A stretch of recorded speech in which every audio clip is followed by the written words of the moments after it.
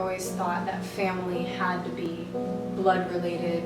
I think over time I've realized that family doesn't necessarily mean that you have to be blood related. It's just who you love and who loves you.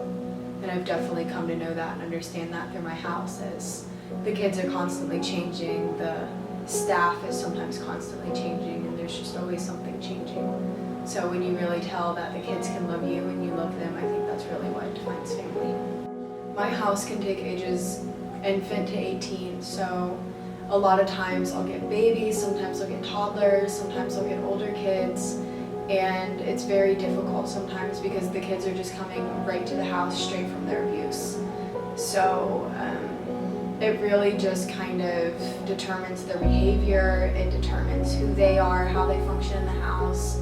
And when they're only here for such a short period of time, since my house is only for 72 hours, a lot of the time I don't really get to know the kids. It's very easy to look at a child and know that they're abused and almost just have a sense of pity for them. But we need to know that abuse does not define children, and it is not who they are. And behind that abuse is a child who is just waiting to be given the opportunities to soar and grow and become the child that God designed them to be, that God made them to be. A lot of times these kids don't even know they were being abused.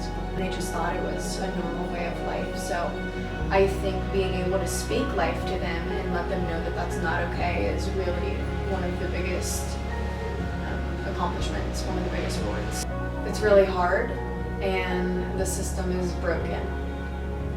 This world is broken, and a lot of times they just go right back to where they came from.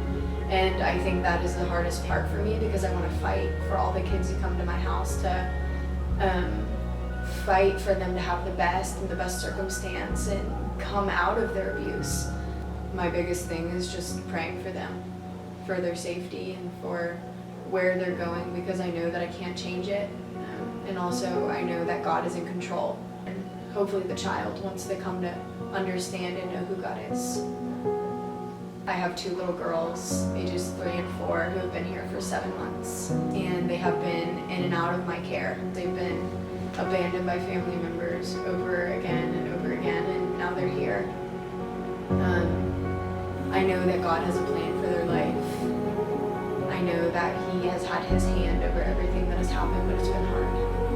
It's been really hard having them ripped away and put back.